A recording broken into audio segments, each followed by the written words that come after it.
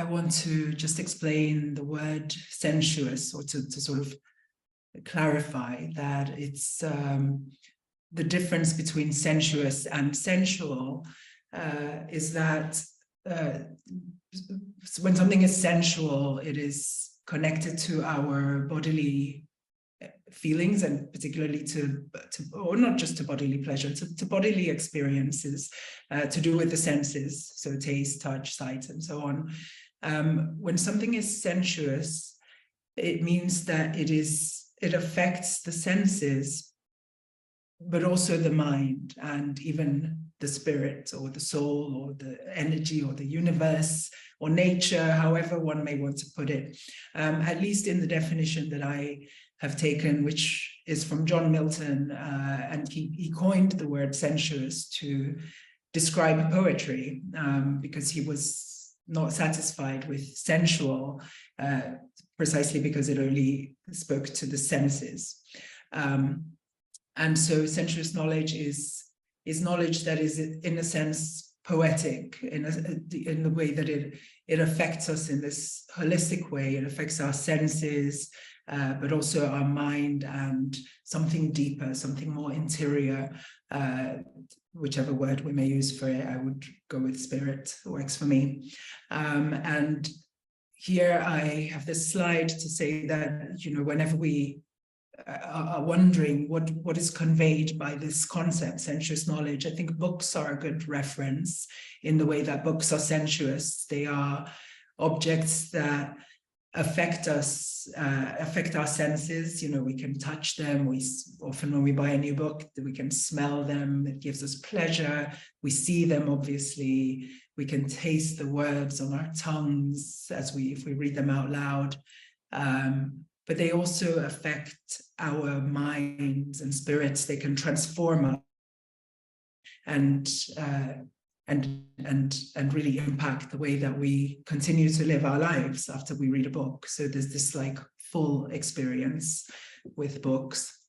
And so what we are seeking here is for knowledge to have that kind of impact, or for us to see that even when we're not aware of it, knowledge is impacting us in that way. And as I mentioned earlier already, sensuous knowledge is really not the end.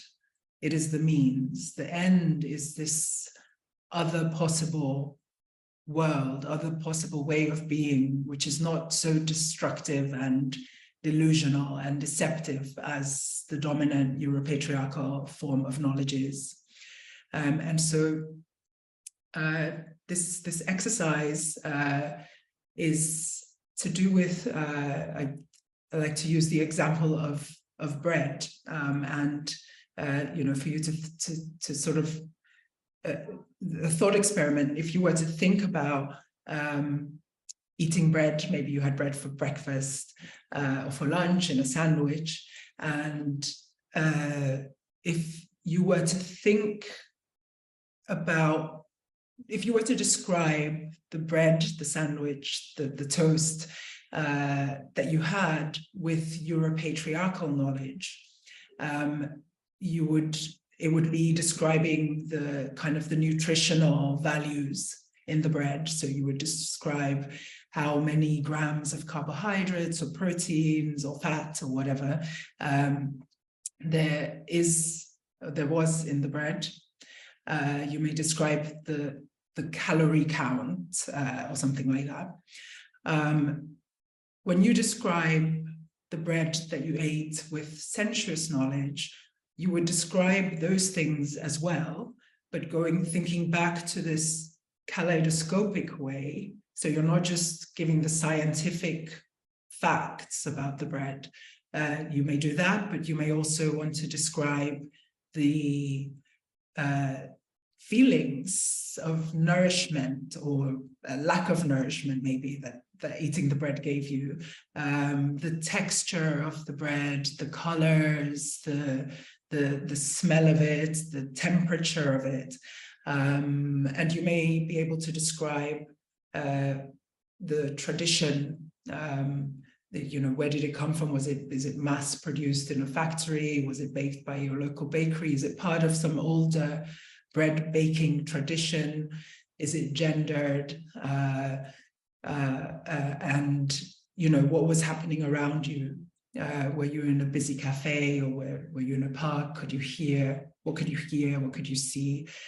So with sensuous knowledge, it's really, you know, it's a much fuller description. And the idea here is that if we can apply this to something as mundane as, you know, what we have for breakfast or lunch, then we can then start to think about it with issues that are of deep, urgent importance to us individually or collectively.